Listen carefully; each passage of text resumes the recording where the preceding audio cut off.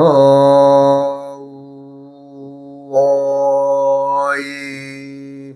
흠 우이야어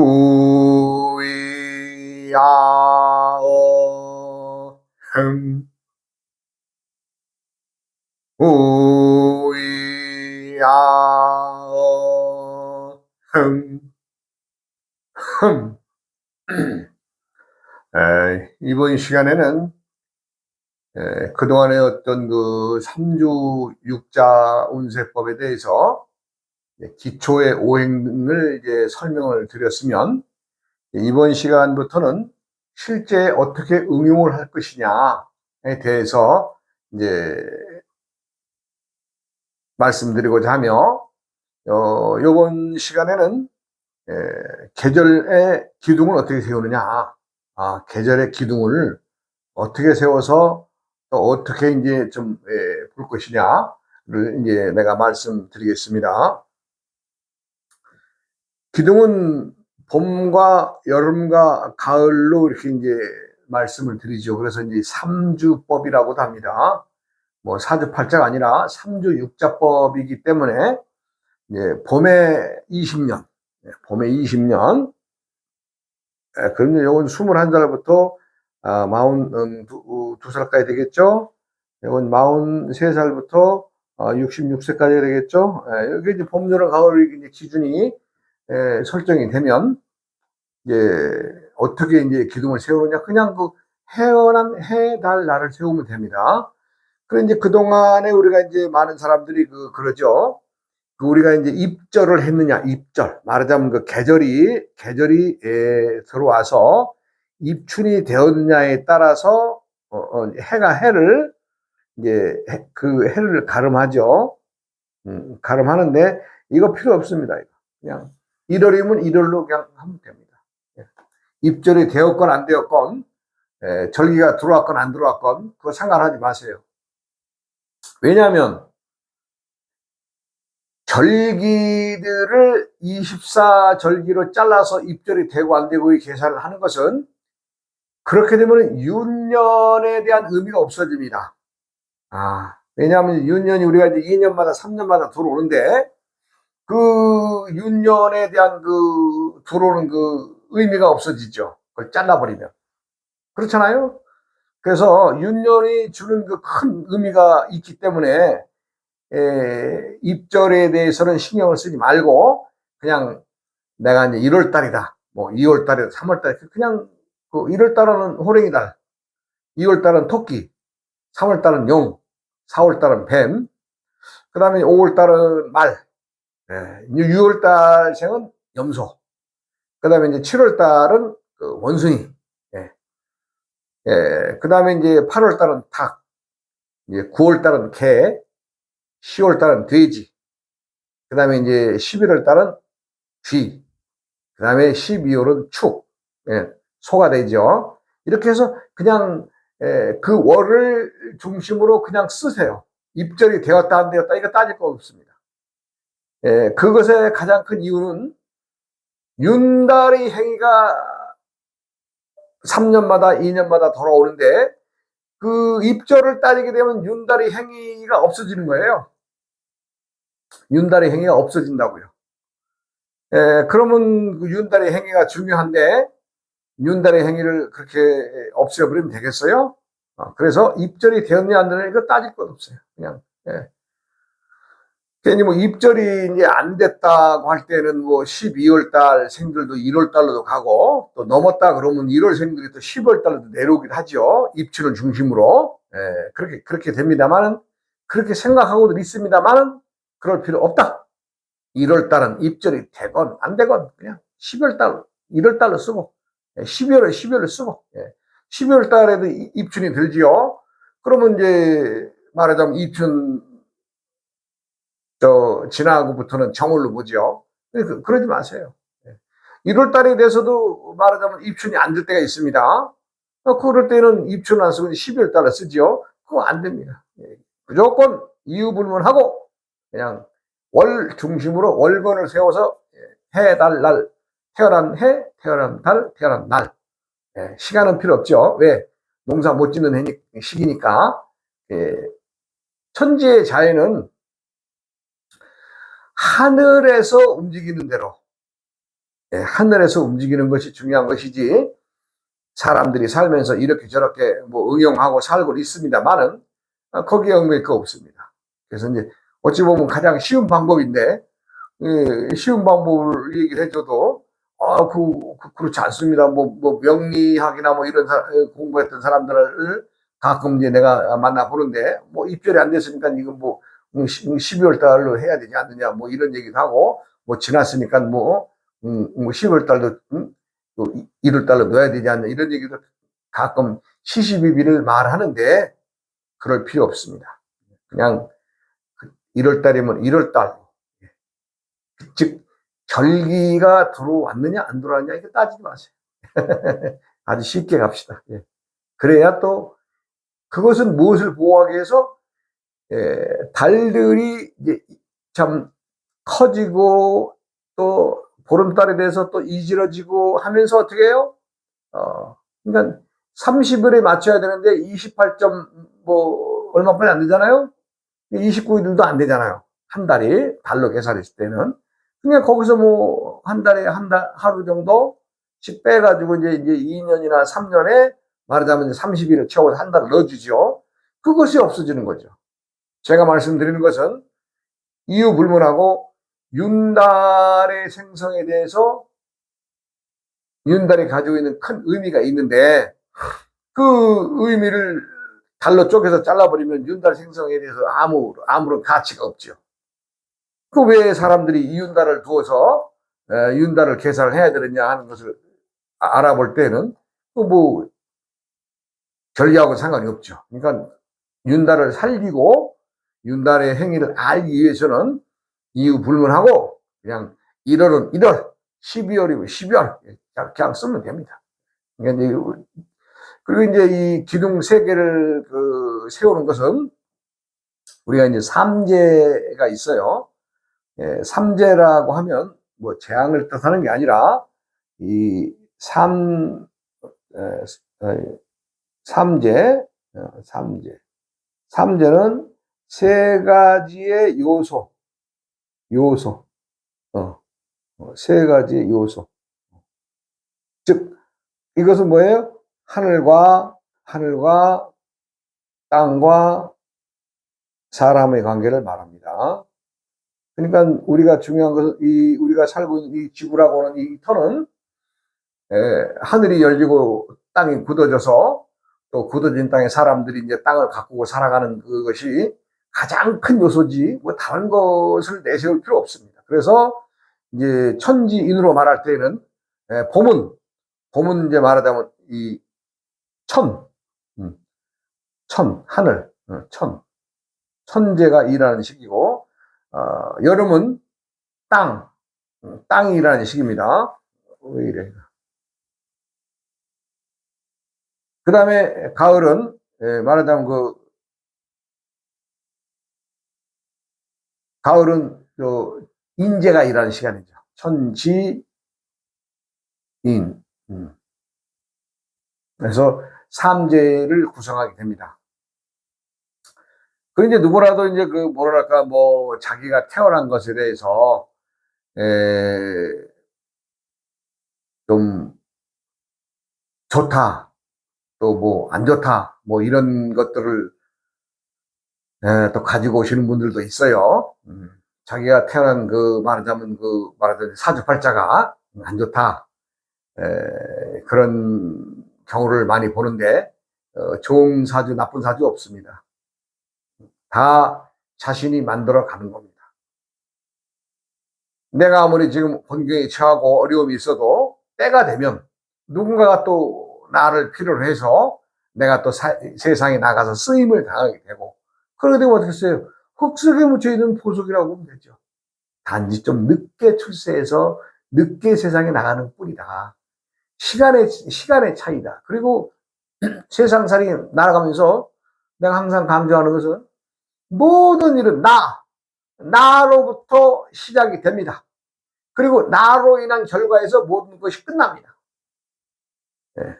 그리고 이제 하여간 천재, 지재, 인재의 그 세 가지 요소에서 봄, 여름, 가을이 되죠. 그럼 가을이 지나 겨울은 뭐가 돼요? 그 사람으로 말하자면 자기가 성실하게 살았느냐, 안 살았느냐의 관계죠. 예.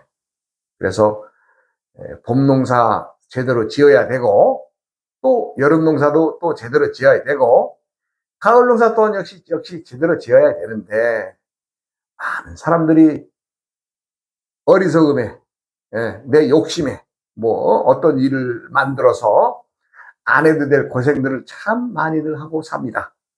내 들여다보면은 안타까운 것이, 저 사람 분명히 돈도 많이 벌어서 저 고생 안 하고 있을 텐데, 라는 참, 그런 사람이 있죠. 막상 이제 참 세월이 흘러서 이렇게 들여다보면은 또 고생을 또 이렇게 하고 있더라고요.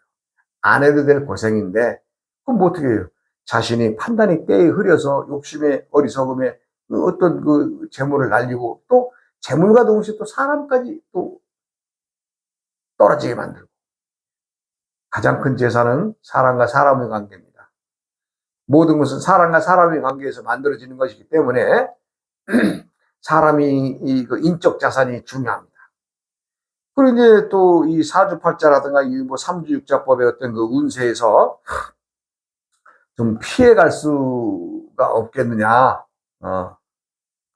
나이와 상관없이, 말하자면 이제 때때에 어디에 무엇을 종사하느냐, 뭐 이것에 따라서 인생이 가을이나 겨울에 고생을 하느냐 안 하느냐의 관계가 아주 깊어집니다.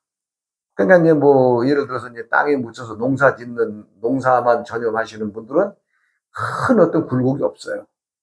굴곡이 없는데 꼭 자식놈들한테 엮여서 말년에 또 고생들 하시더라고요. 그러나 땅에 묻혀서 농업에 종사하시는 분들은 그래도 다른 일 하시는 분들보다는 굴곡이 그렇게 심하지 않다. 두 번째는 전문 직종에 종사하시는 분들, 자기 기술이 있잖아요. 그럼 어떻게 해요?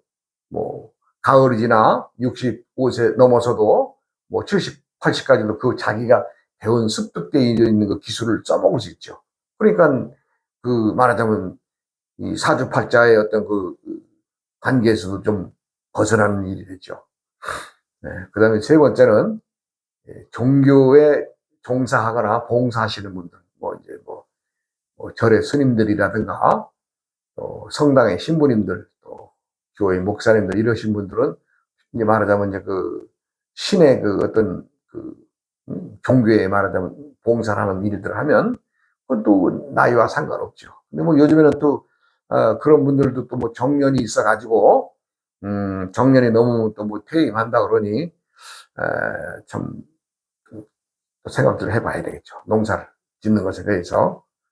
그리고 이제 네 번째 말하자면 이제 자기가 태어난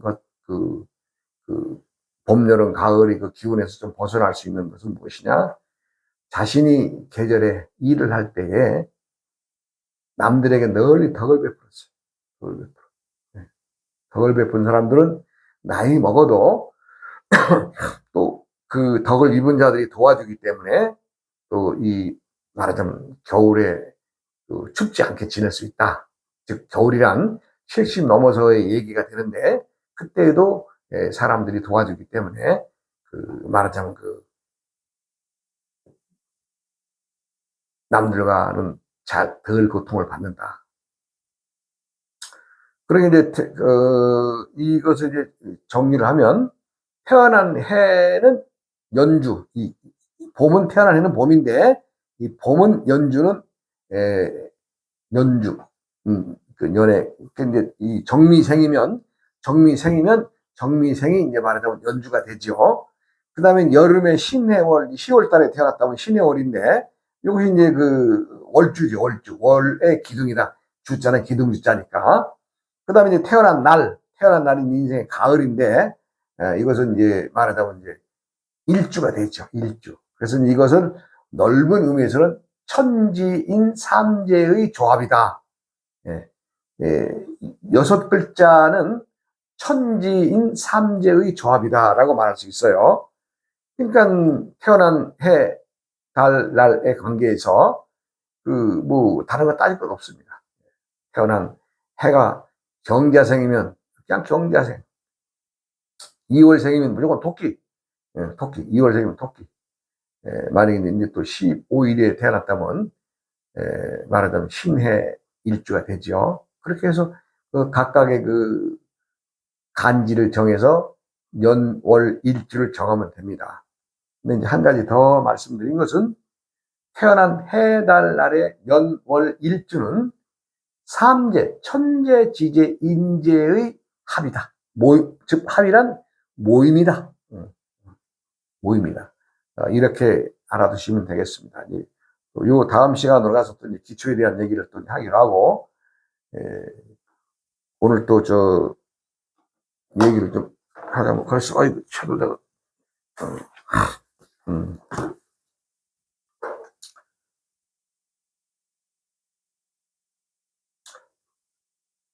요번 시간에는 좀 계곡이나 뜯어 먹자고 하는 얘기를 좀 해야 되겠어요. 사람들이, 스님들 그러면 뭐 고기도 안 먹고, 뭐 개고기는 더더욱 안 먹을 것이고, 뭐 이렇게들 생각을 합니다만은, 내가 생각을 할 때에는, 그리고 내가 듣고 배운 바로는 고기 먹어도 상관없습니다. 공약물일 경우에. 단 내가 살생을 해서 잡아먹지 않으면 된다 이런 얘기죠.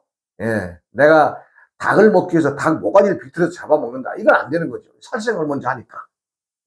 고기를 취하기 이전에. 그러나 누군가가 나에게 스님 저 건강을 위해서 닭 한 마리 구워왔습니다, 스님 드세요, 그러면 저는 먹습니다. 공약물이니까. 공약물은 독약이라도 먹어야 되지 않겠어요? 감사한 마음에 주는 거니까. 이제 내가 이제 왜 이 고기 얘기를, 개고기 얘기부터 얘기하냐. 우리가 이제 그 암울한 시대, 말하자면 일제의 그 식민지 시대가 말하자면 이제 1900년도부터 이제 우리나라의 그 나라가 참 꼴 같자는 나라가 되잖아요. 말하자면 그 이시 왕조가 이제 몰락해서 망해가는데도 조정에서는 당파 싸움이나 하고, 이제 그러다 보니까 이제 좀 일본 놈들이 호시탐탐 노리고 있었는데, 그러면 걔네들한테 밥이 먹이가 된 거죠. 그렇게 해서 이제 말하자면 우리가 이제 그 주권을 말하자면 이제 뺏기죠. 주권을 뺏긴다는 얘기는 우리나라의 그 나라 이름이 없어진 거죠. 그러니까 암울한 시대에 도인이 한 분 세상에 나오셨어요. 그래 이제 사람들이 이제 스님들이 그 스님 좀 도통했다고 하니까 이제 참 그 뭐 말 없는 말이 천리간다고 그냥 전국 사찰에 다 아주 그냥 알려지게 됐죠. 그런데 이 스님 입장에서는 시시때때로 사람들이 찾아와서 참 이것도 참 질문하고 저것도 질문하고 이러니 이거 보통 피곤한 일이 아니거든요. 그래서 이제 날을 정해서 한 2달, 이제 석 달 정도 이렇게 멀리 잡아놓고 그 이전에 손님 안 받는다, 내가 받을 것도 없고, 그렇다면 그날 내가 뭐 법문을 하겠다, 그런 얘기를 하니까 이제 방을 그렇게 붙인 거죠. 그 당시만 해도 통신 수단이 있었어요. 뭐 있어요. 이제 참 이렇게 글로 써서 방을 붙여가지고 이제 전국 사찰이나 이런 데 이제 그 회람을 돌리죠. 이제 방을 붙인 거죠. 그러니까 이제 그 법문을 하겠다고 하는 그 도인이 법문을 하겠다고 하는 그 날짜가 되니까 막 그 절에가 그냥 아주 뭐 사람들이 인산인해가 됩니다. 그런데 스님은 이제 도통한 도인이신 스님은 또 생각을 달리하게 되죠. 도통하신 분이니까. 가만히 있어보자. 이 많이 오신 이 귀하신 어른들이 다 이게 나에게 도회를 배우기 위해서 오셨느냐, 아니면 그냥 들러리로 남들이 간다고 하니까 따라왔느냐, 뭐 구경하러 왔느냐, 뭐 여러 가지 사람들이 많았겠죠. 여기서 내가 좀 추려야 되겠다 싶어가지고 이제 이 스님이 탁 내가 이제 예를 들어서 뭐, 어, 음? 5시에 법문을 하겠다. 뭐, 낮에 이제 12시에서 1시 사이로 법문을 하겠다라고 이제 시간을 정했다면, 아, 이 스님은 이제 탁 부처님 마주 올리는 시간, 4시를 지나 이제 한 시간 정도 먼저 나가서, 거기서 이 단에 올라가서 한 말씀 하고 내려오십니다. 아, 내가 오늘 여러분들 위해서 개를 잡아먹으려고 하니까 우리 오늘 이 법문을 듣고 여러 참 고명하신 스님들 여기까지 오셨는데 내가 개고기를 좀 대접을 하려고 하니까 오늘 법문 마치고 개고기나 한번 뜯읍시다. 이렇게 얘기를 하신 거죠. 그러니까는 법단에 올라가서 스님이 아니 도통하신 분이니 응? 개고기나 뜯어먹자고 하는 얘기를 하니 많은 사람들이 아유 뭐야 저거 완전 땡중하네 저거 무슨 저런 사람이 무슨 도통했다 그래 이렇게 얘기가 되는 거죠. 그러니까 뭐 사람들이 웅성웅성 하더니 어떻게 해요? 야 뭐하러 내가 개고기 먹자는 스님 말을 내가 뭐하러 더 기다리고 들을 필요 있냐? 가자. 그래가지고 그냥 사람들이 그냥 썰물 빠지듯이 그냥 샥 가버립니다. 그런데 또 비까지 와요. 비까지.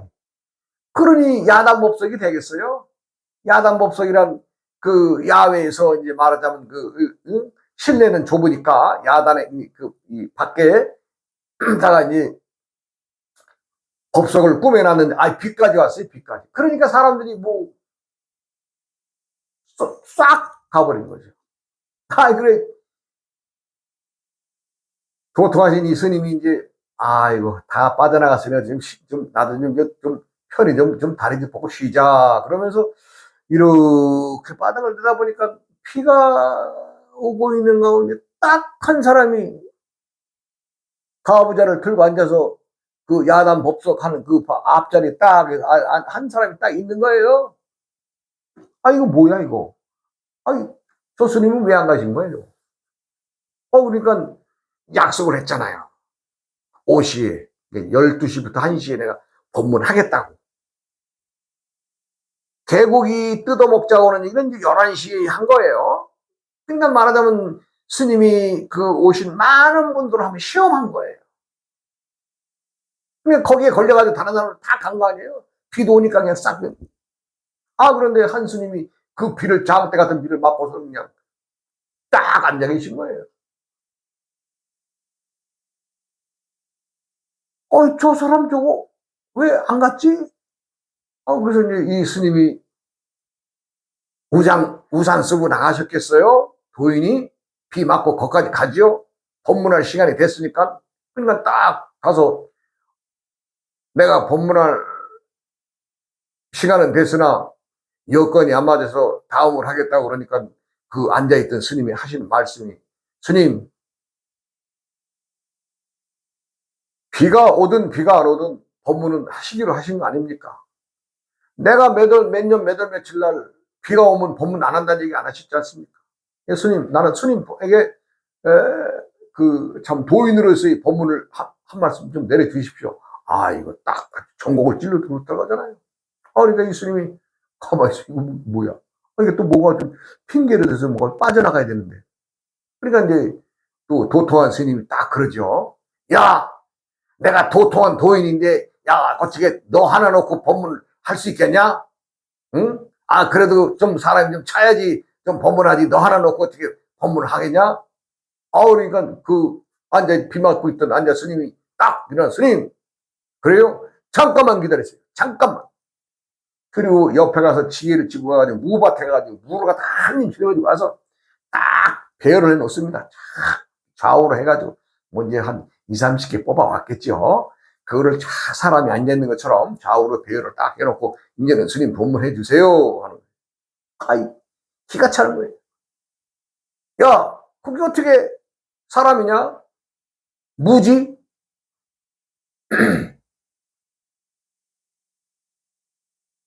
비 맞고 물을 캐서 갖다 그 자리에 놓으신 스님이 또 한 말씀합니다. 스님, 아까 오셨던 그 많은 스님들 다 스님의 법문을 들으러 오신 분들일로 생각하시면 스님 잘못하신 거지.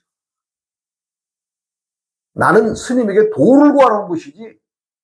그리고 사람 숫자가 뭐 중요합니까? 얘네들이 다 살아있는 생물들이니 나하고 똑같지 않습니까? 스님, 이유 다른 얘기 되지 마시고 하시겠다고 했으니 이거 뭐 2달 전, 3달 전부터 방을 부신 거니 법문해 주세요. 이렇게 하니까 도통한 도인도 빠져나갈 자리가 없잖아요. 그래서 한 분 스님이시니까 실내로 모셔서 두 분이서 이제 도에 대한 말씀을 나누시고, 참 우리가 그 일제히가 암울한 시기에 참 큰 별 같은 스님이 오셨다고 해서 그분이 일합니다. 이름을 대면은 누구나 다 아실 것 같지만 그래도 내가 이 이름은 안 되겠습니다. 그리고 거기 앉아 계셨던 도를 청하셨던 분이 또 저에게는 나의 법맥을 내릴 때에 나하고도 연관이 되신 분입니다.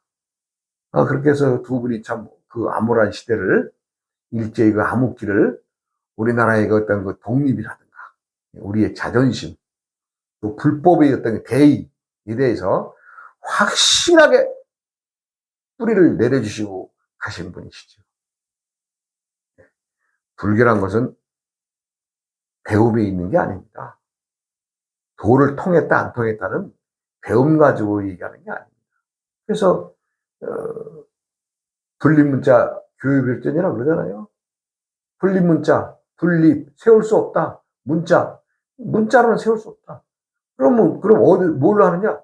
교외 별전, 가르치는 것 외에, 배울 교자니까 가르치는 것 외에 별전, 별도 따로 전해진 게 있다. 그게 바로 부처님의 신법의 말씀인데, 자칫 잘못하면은 말장난에 흐리게 됩니다. 그러나저나 오늘 두 분의 우리 그 암울한 시대를 살아가셨던 큰 스님들의 말씀을 내가 전해드리고, 또 요 다음 시간으로 이어갈까 합니다.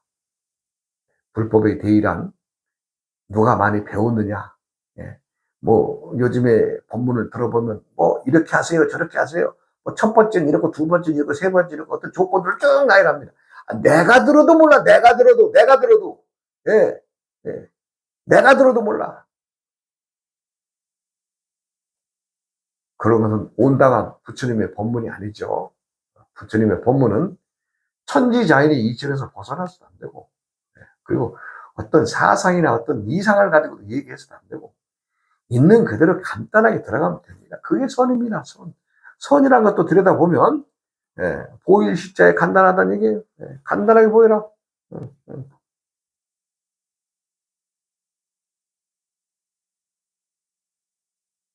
요것은 봐라. 어떻게 간단하게. 요건 간단하단 말이에요. 이게 참선선자예요. 이것에서 벗어나는 모든 말씀은 어려운 얘기지만 교학에 빠진 겁니다. 교학. 절대 내가 말씀드리는데 배우는 거, 뭐 익혀서 배우는 거, 이것까지는 절대 도에 들어갈 수 없습니다. 또 다음 시간으로 이어가겠습니다. 여러분 고맙습니다.